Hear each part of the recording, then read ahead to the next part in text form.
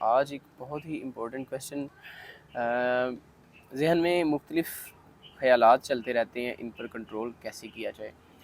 واقعی میں یہ بہت ہی امپورٹنٹ کویشچن ہے۔ اصل میں یہ تقریباً ٹریننگ سیشنز میں یہ کویشچن پوچھا جاتا ہے کہ اپنے برین کو ٹرین کیسے کیا جائے، اپنے ذہن میں آنے والے مختلف خیالات سے کیسے بچا جائے۔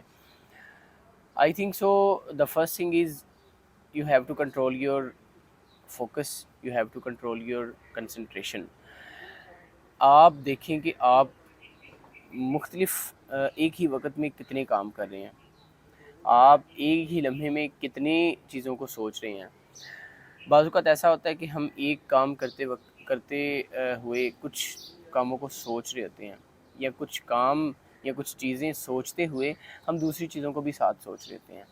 فار ایگزامپل میرے سامنے اگر اس ٹائم ایک کیمرہ ہے، تو اس کے علاوہ میرے آس پاس یہاں پہ پودوں کو پانی بھی دیا جا رہا ہے، کچھ اور بھی کام چل رہا ہے۔ تو یہ مجھے یاد رکھنا چاہیے کہ مجھے اگر میں ان چیزوں کو دیکھوں گا، آس پاس کی چیزوں کو دیکھوں گا، تو میں آپ سے بات نہیں کر پاؤں گا۔ میرا اگر فوکس آپ کی طرف نہیں تو میں اپنی بات آپ کو نہیں بتا پاؤں گا، اور میرے ذہن میں اگر یہ چیزیں، پانی کی آواز، پرندوں کی آواز، سامنے کام چل رہا ہے اس کی آواز، اگر یہ چیزیں میرے ذہن میں چلتی رہیں گی تو یقیناً میری بات آپ تک اتھینٹکلی نہیں پہنچے گی، اور میں جو آپ کو ڈلیور کرنا چاہ رہا ہوں اس میں کہیں نہ کہیں خلل پڑے گا۔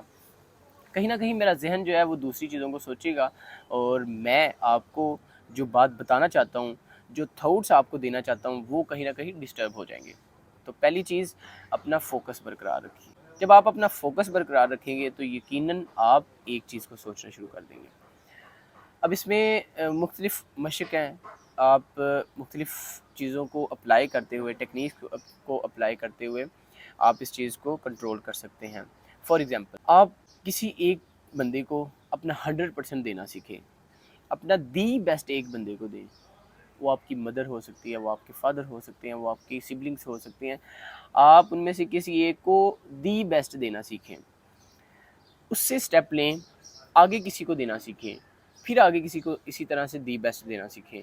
یعنی آپ کا پورا فوکس ایسا نہ ہو کہ آپ کسی سے بات کرتے ہوئے کسی دوسرے کے ساتھ موبائل پہ بھی چیٹ کر رہے ہیں، ایک بندہ آپ کے سامنے ہے، ایک آپ موبائل پہ لگے ہیں، تو یہ ایک ڈبلنگ ہو جاتی ہے۔ آپ موبائل کو، گیجٹس کو، ساری چیزوں کو چھوڑ کے ایک جگہ پہ بات کرنا سیکھیں، پہلی ٹیکنیک۔ اسی طرح آپ مزید اس کو انہانس کر سکتے ہیں۔ دوسرا، ایز اے مسلم اگر ہم دیکھیں تو ہمیں دن میں 5 دفعہ وقت ملتا ہے کہ ہم اپنا فوکس برقرار رکھیں، ہم اپنی کنسنٹریشن کو بہت ہی مضبوط کر لیں۔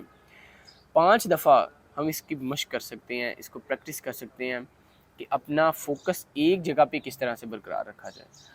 تو یہ چیزیں، یہ وہ ٹیکنیکس اگر آپ استعمال کریں گے تو یقیناً آپ اس چیز سے بچ سکتے ہیں کہ آپ کے ذہن میں خیالات کیوں چلتے ہیں۔ دیکھیں، خیالات آپ کے غلام ہیں، آپ کو پتہ ہونا چاہیے کہ کب، کس وقت، کیسے ان کو استعمال کریں۔ اصل میں خیالات آپ کے غلام ہوتے ہیں، اور آپ ان کے حکم کرنے والے ہوتے ہیں اس پہ۔ تو اگر آپ اس بات کو بھی سمجھیں گے تو آپ اس پہ کنٹرول کر سکتے ہیں۔